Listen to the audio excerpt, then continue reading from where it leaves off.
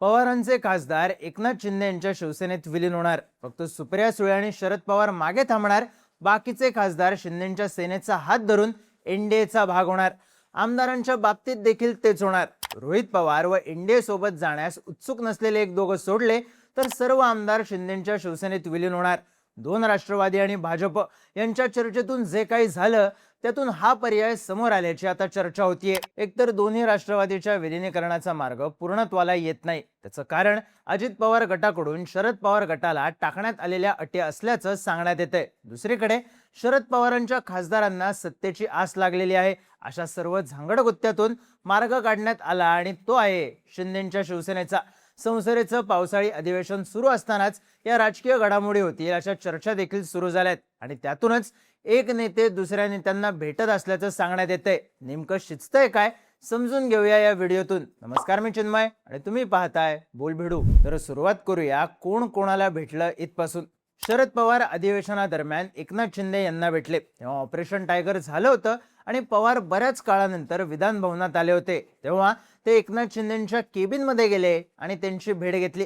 4-6 दिवसांपूर्वी आंदोलन ऐन भरात असताना शरद पवार सुप्रिया सुळेंसह मोदींना भेटले. इथे शेतकऱ्यांबाबत चर्चा झाल्याचं बोललं गेलं. 2019 साली देखील पवारांनी मोदींची अशीच भेट घेतली होती आणि तेव्हा देखील शेतकऱ्यांचे प्रश्न हे उत्तर देण्यात आलं होतं. पण त्यानंतरच पहाटेचा शपथविधी झाला होता. त्यानंतर दुसऱ्याच दिवशी पार्थ पवार आणि सुनील तटकरे देखील पवारांना भेटल्याची बातमी आली. असो तर पवारांनंतर इकडे जयंत पाटील तावडेंना भेटल्याची बातमी आली. त्यानंतर जयंत पाटील, सुनील तटकरे आणि प्रफुल्ल पटेल असे तिन्ही नेते वर्षा बंगल्यावर फडणवीसांना जाऊन भेटले. हे सगळं गेल्या 5-6 दिवसांपासून मागच्या 15 दिवसात घडलं. अगदी कालचं सांगायचं तर काल दुपारी सुनील तटकरे आणि अमित शहा यांची भेट झाली. त्यानंतर काही तासातच सुप्रिया सुळे यांनी अमित शहांची भेट घेतली आणि आज सकाळी पार्थ पवार आणि सुनील तटकरे पुन्हा शरद पवारांना भेटण्यासाठी गेले. आता कधी रिसेप्शन तर कधी शेतकरी प्रश्न असं सांगून हे नेते मुख्य विषय टाळत असले तरी काहीतरी शिजतंय, काहीतरी बोलणी चालू आहेत हे नक्की. या बैठकांमुळेच शरद पवार गट संपूर्णपणे अजित पवारांच्या राष्ट्रवादीत विलीन होणार की भाजप सोबत स्वतंत्रपणे जाणार की तिसराच पर्याय स्वीकारणार अशा चर्चा सुरू आहेत. त्या नेमक्या काय हे देखील समजून घेऊ. तर पहिला फॅक्टर बोलला जातोय तो विलिनीकरणाचा. विलिनीकरणाच्या चर्चा सुरू होत्या असा दावा शरद पवार गटाच्या नेत्यांनी अजित पवारांच्या निधनानंतर केला. अजित पवार गटाच्या नेत्यांनी सुरुवातीला हा दावा खोडला, मात्र नंतर तो मान्य केला. याचा अर्थ शरद पवार गट एनडीए सोबत जाणार होता हे स्पष्ट होत होतं. पण अजित पवारांच्या निधनामुळे दोन गटातील सत्ता संतुलनाचा खेळ बिघडला. पुन्हा विलिनीकरणाच्या चर्चा सुरू झाल्या, पण त्या शरद पवार, सुनील तटकरे आणि प्रफुल्ल पटेल यांच्या पातळीवर असंही सांगण्यात येऊ लागलं. अजित पवार गटात देखील अजित पवारांच्या पश्चात दोन गट पडले. एक गट जुन्या जाणत्या नेत्यांचा तर दुसरा गट सुनेत्रा पवार आणि पार्थ पवारांचं नेतृत्व मानणाऱ्यांचा. विशेषतः पार्थ पवारांनी आक्रमक होत शरद पवार गटाचं विलिनीकरण थांबवल्याचं बोललं जाऊ लागलं.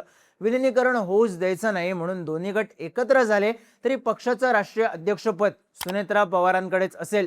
उपमुख्यमंत्री पदापासून ते अर्थ खातं आल्यास ते देखील सुनेत्रा पवारांकडेच असेल अशा अटी पार्थ यांनी टाकल्याचं सांगण्यात येऊ लागलं. साहजिकच शरद पवार हयात असताना पक्ष विलीन करून ते पक्षाच्या कोणत्याच पदावर नसतील ही गोष्ट मान्य न होण्यासारखीच होती. दुसरीकडे भाजपने पवार गट एनडीए सोबत येण्यासाठी विलिनीकरणाची अट ठेवली. त्याचं प्रमुख कारण खरी राष्ट्रवादी अजित पवारांची याची मान्यता भाजपने दिली आहे. अशा वेळी शरद पवार गटाला स्वतंत्रपणे एनडीए सोबत घेतल्यास भाजपचीच अडचण होणार आहे. एकीकडे खरी शिवसेना शिंदेंची म्हणायचं आणि दुसरीकडे राष्ट्रवादीच्या दोन्ही गटांना मान्यता द्यायची हे भाजपला नरेटिव्हच्या पातळीवर परवडणार नाही. अर्थात त्यानंतरचा मुद्दा राहिला तो म्हणजे थेट भाजपमध्ये विलीन होणं. ही गोष्ट पवारांना स्वीकारण्यासारखी नव्हती आणि त्यातूनच तिसरा मार्ग समोर आल्याचं बोललं जाऊ लागलंय. आता हा तिसरा मार्ग आहे तो म्हणजे शरद पवार गटाच्या निवडक आमदार खासदारांना सोडून सर्वांनी एकनाथ शिंदे यांच्या शिवसेनेत सामील होणं. आता हा पर्याय पवार आणि भाजपच्या चर्चेतून समोर आल्याचं बोललं जातंय. पण हा पर्याय पवारांना शक्य आहे का? स्वीकारला तर पवार त्यातून काय मिळवतात हे पाहणं जास्त गरजेचं आहे. एकतर आगामी निवडणुका थेट 2029ला आहेत. 3 वर्ष निवडणुका नसल्यानं पक्षाचे खासदार टिकवून ठेवणं पवारांना अशक्य आहे. त्यात आमदार आणि खासदारांचं मत थेट भाजपमध्ये जाण्याचं आहे. अशा वेळी आमदार खासदार स्वतंत्रपणे निर्णय घेऊन हा मार्ग स्वीकारू शकतात. थोडक्यात पवारांना 2029 पर्यंत पक्ष टिकवणं कठीण आहे. त्यातही हे खासदार आमदार आपापल्या मताप्रमाणे आपापल्या टर्म्स अँड कंडिशन्सवर अजित पवार गटासोबत गेल्यास पवारांच्या हाती काहीच राहत नाही. अशा वेळी पवारांनीच पाठिंबा देऊन आणि स्वतः अलिप्त राहून खासदारांना भाजप अथवा सेनेत पाठवलं तर किमानसे पवारांना राहतो. दुसरी गोष्ट, फडणवीसांना शह देण्याची पॉलिसी. केंद्रातून फडणवीसांना शह देण्याचे प्रयोग सुरू असल्याचं बोललं जातं आणि त्यासाठी एकनाथ शिंदेंना बळ देण्याचं काम देखील सुरू असल्याचं सांगण्यात येतं. ऑपरेशन टायगरला होकार देणं हा देखील याच खेळीचा एक भाग असल्याचं सांगण्यात येतं. शिंदेचे 7 आणि ठाकरे गटाचे 6 असं 13 खासदारांचं संख्याबळ सध्या एकनाथ शिंदे यांच्याकडे आहे. आता शरद पवार गटाचे सुप्रिया सुळेंना वगळून 7 खासदार एकनाथ शिंदे यांच्याकडे आल्यास शिंदेच्या खासदारांचं संख्याबळ 20 होतं. 2024च्या निकालानुसार एनडीएमध्ये भाजप सोबत दुसऱ्या क्रमांकावर 16 खासदारांचं तेलुगू देसम होता, तर 12 खासदारांचं नितीश कुमार होते. पण तृणमूलच्या प्रयोगानंतर अस्तित्व नसणारा एनसीपीआय पक्ष 20 खासदारांसह वरच्या नंबरवर गेला. इथे एकनाथ शिंदेकडे पवारांचे 7 खासदार आले तर एकनाथ शिंदे एनडीएमध्ये भाजपचे सर्वात मोठे भागीदार होतात. साहजिकच अशा पक्षाच्या नेत्याला मुख्यमंत्रीपद हवं असा विचार पुन्हा समोर येऊ शकतो. पवार देखील फडणवीसांना शह देण्यासाठी शिंदेंना मोठं करण्याचं राजकारण यातून करू शकतात. आता तिसरी गोष्ट म्हणजे शिंदे म्हणजे पवार आणि पवार म्हणजे शिंदे. दोन्ही नेत्यांचं मूळ स्थान साताराच. दोघंही पश्चिम महाराष्ट्रातले मराठा.